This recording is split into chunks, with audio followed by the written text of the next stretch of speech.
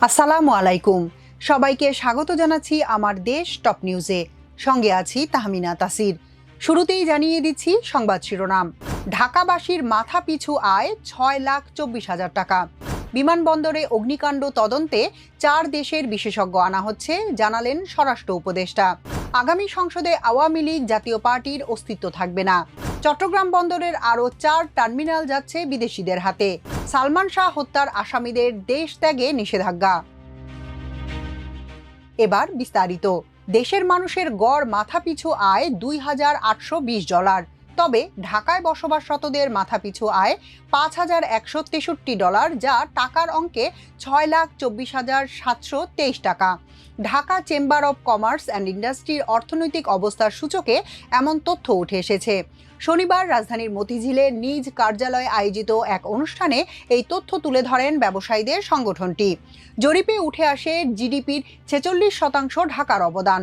মোট কর্মসংস্থানের 40%ই রাজধানীতে। দেশে মোট জনসংখ্যার 11%-এর বেশি ঢাকায় বসবাস করে, যা এশিয়ার মধ্যে সর্বোচ্চ। এতে আরও উঠে আসে মোট রপ্তানি 40% ঢাকা থেকে হয়। 365 প্রতিষ্ঠান মোট উৎপাদন খাতের 56% নিয়ন্ত্রণ করছে। 289টি প্রতিষ্ঠানের দখলে সেবা খাত। এছাড়া তৈরি পোশাকের 58% 214টি প্রতিষ্ঠানের দখলে। ঢাকা জেলায় মাথাপিছু আয় $5,163 বলছে ডিসিসিআই। দেশের মোট জিডিপির 46%ই ঢাকা কেন্দ্রিক, আর মোট কর্মসংস্থানের 40% রয়েছে এখানে। বিমানবন্দরের ভয়াবহ আগুন লাগার কারণ ও দায়ীদের খুঁজে বের করতে 4টি দেশ থেকে বিশেষজ্ঞ আনা হবে বলে জানিয়েছেন স্বরাষ্ট্র উপদেষ্টা অবসরপ্রাপ্ত লেফটেন্যান্ট জেনারেল মোহাম্মদ জাহাঙ্গীর আলম চৌধুরী। আজ শনিবার দুপুরে বিমানবন্দরে অগ্নিকাণ্ডে ক্ষতিগ্রস্ত কার্গো ভিলেজ ও ই গেট পরিদর্শন শেষে বিমানবন্দরের অ্যারাইভাল গেটে সাংবাদিকদের তিনি এই তথ্য জানান। স্বরাষ্ট্র উপদেষ্টা বলেন, অব্যবস্থাপনার বিষয়টি তদন্তের জন্য আমরা 4টি দেশকে ইনভাইট করেছি। ইংল্যান্ড, অস্ট্রেলিয়া, চীন ও তুরস্ককে আসতে বলেছি। তাদের স্পেশালিস্ট আমরা আনতে চাচ্ছি।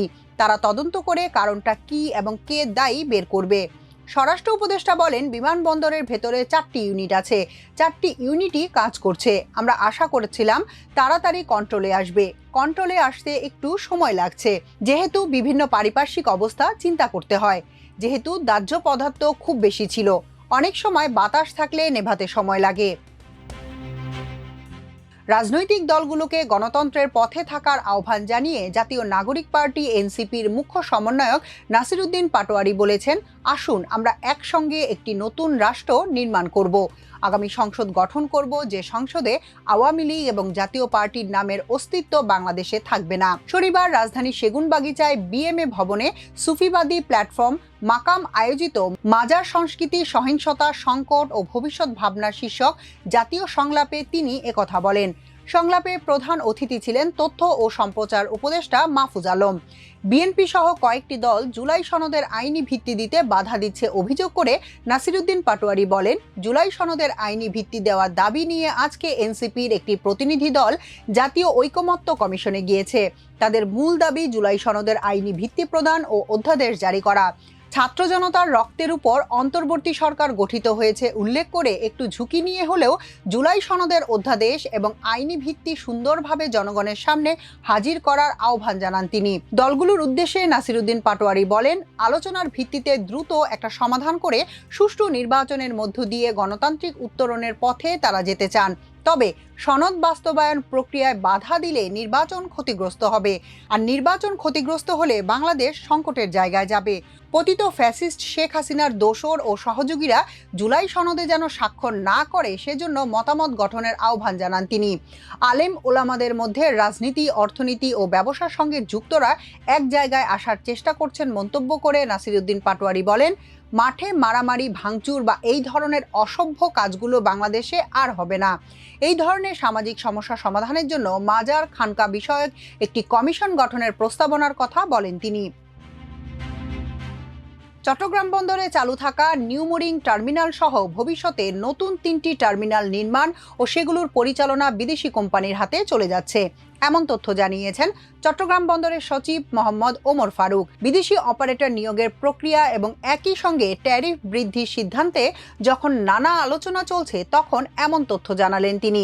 ওমর ফারুক জানান, এপিএম আলাদা একটি টার্মিনাল করছে লালদিয়ার চরে। তাদের প্রায় ৩৫ একরের জায়গা দিয়েছি, সেটা তারা বিল্ড, অপারেট অ্যান্ড ট্রান্সফার পদ্ধতিতে নিজস্ব টার্মিনাল করবে এবং নিজেরা হ্যান্ডেল করবে। একটা সার্টেন পিরিয়ডের পর তারা বন্দরকে ট্রান্সফার করবে। বে টার্মিনালে যেটা হবে, বে টার্মিনালে ডিপি ওয়ার্ল্ড পিএসএ এদের G2G ভিত্তিতে এরা পিপিপি অথরিটির মাধ্যমে কাজ করবে। বে টার্মিনাল প্রকল্পে একটা মাল্টিপারপাস কন্টেইনার টার্মিনাল হবে। চট্টগ্রাম বন্দর উন্মুক্ত দরপত্রের মাধ্যমে এই টার্মিনালটা নির্মাণ করার পরিকল্পনা করছে। তিনি বলেন, বর্তমানে চালু নিউমোরিং টার্মিনালে বিদেশি অপারেটর আসলে কী ধরনের পরিবর্তন আসবে বা নতুন কোনো ধরনের সুবিধা হবে সেটি চুক্তির মাধ্যমে নির্ধারিত হবে। চট্টগ্রাম বন্দরের এনসিটি বা নিউমোরিং কন্টেইনার টার্মিনাল বিদেশি কোম্পানিকে দেওয়ার পরিকল্পনা বেশ পুরনো জানিয়ে মোহাম্মদ জাফর আলম, যিনি চট্টগ্রাম বন্দরের প্রশাসন ও পরিকল্পনা সদস্য পদে দীর্ঘদিন কাজ করেছেন, তিনি জানান 2017-18 সালের দিকে ডিপি ওয়ার্ল্ড সরকারকে এই পরিকল্পনা দিয়েছিল। তখন তাদের প্রস্তাবে বলা হয় এনসিটিতে বিনিয়োগ করবে, ঢাকা চট্টগ্রাম ফ্রেট করিডোরকে আরও স্মুথ করবে। চিত্রনায়ক সালমান শাহর মৃত্যুর 29 বছর পর তার সাবেক স্ত্রী সামিরা হক সহ 11 জনের বিরুদ্ধে হত্যা মামলা হয়েছে। আসামিদের দেশ ত্যাগ ঠেকাতে ইমিগ্রেশন কর্তৃপক্ষকে তথ্য পাঠিয়েছে পুলিশ। শনিবার সাংবাদিকদের প্রশ্নের জবাবে বিষয়টি নিশ্চিত করেন রমনা থানার ওসি গোলাম ফারুক। ওসি গোলাম ফারুক বলেন, আদালতের নির্দেশে সালমান শাহ হত্যা মামলা নেওয়া হয়েছে।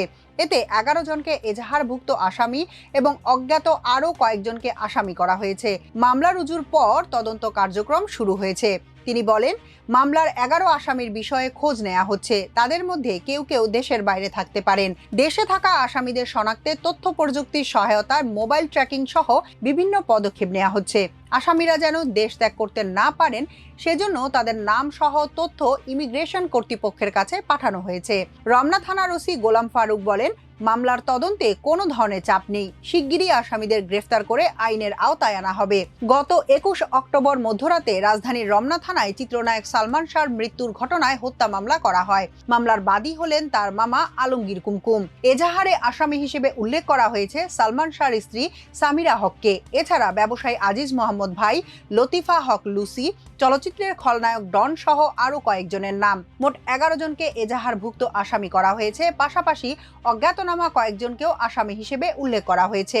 1996 সালে 6 সেপ্টেম্বর ঢাকার ইস্কাটনের বাসায় ফ্যানের সঙ্গে ঝুলন্ত অবস্থায় সালমান শাহর মরদেহ উদ্ধার করা হয়। এরপর শুরু হয় দীর্ঘ তদন্ত যাত্রা, যা প্রায় 3 দশক ধরে অপমৃত্যু মামলা হিসেবেই চলতে থাকে।